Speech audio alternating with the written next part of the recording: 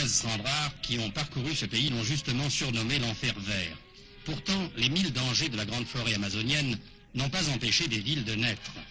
Au fond du Brésil, à la frontière de la Bolivie, à 3000 km de Rio, Guajará-Mirim s'étend au bord de la Madeira, affluent de l'Amazone. L'avion qui relie au reste du monde cette ville perdue n'a pas encore tué le petit train poussif de la Madeira, le premier train de l'Amérique du Sud, créé au prix de nombreuses vies humaines pour drainer le latex de l'Amazonie, au temps prospère de la naissance du caoutchouc.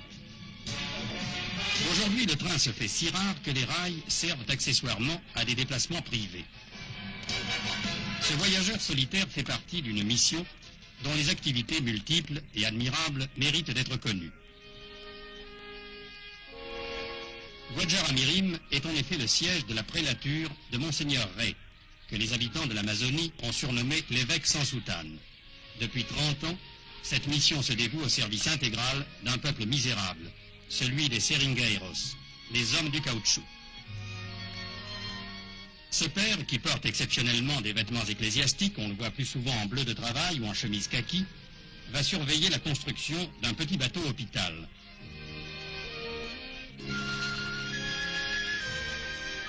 Ce navire permettra aux missionnaires d'aller faire des tournées sanitaires tout au long de la Madeira.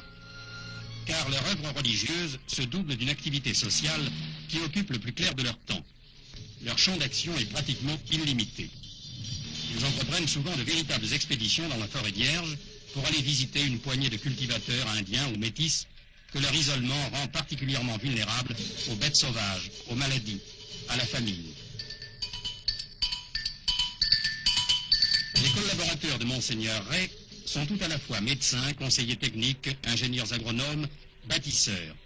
Grâce à eux, des villages décents naissent au cœur de l'enfer vert.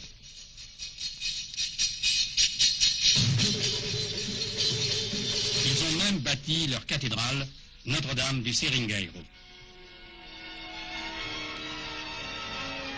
Guajará-Mirim, la petite capitale de l'espérance, miracle né de la volonté d'un Français inconnu, prépare aussi l'avenir.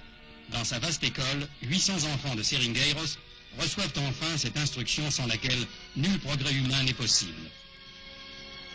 Peut-être parmi ces jeunes intelligences ouvertes aux problèmes du monde, s'en trouvera-t-il 2 ou 3 qui mèneront à bien cette tâche irréalisable pour un pouvoir lointain, améliorer les conditions de vie si précaires de l'Amazonie, faire de l'enfer vert, sinon un paradis, du moins une terre moins hostile.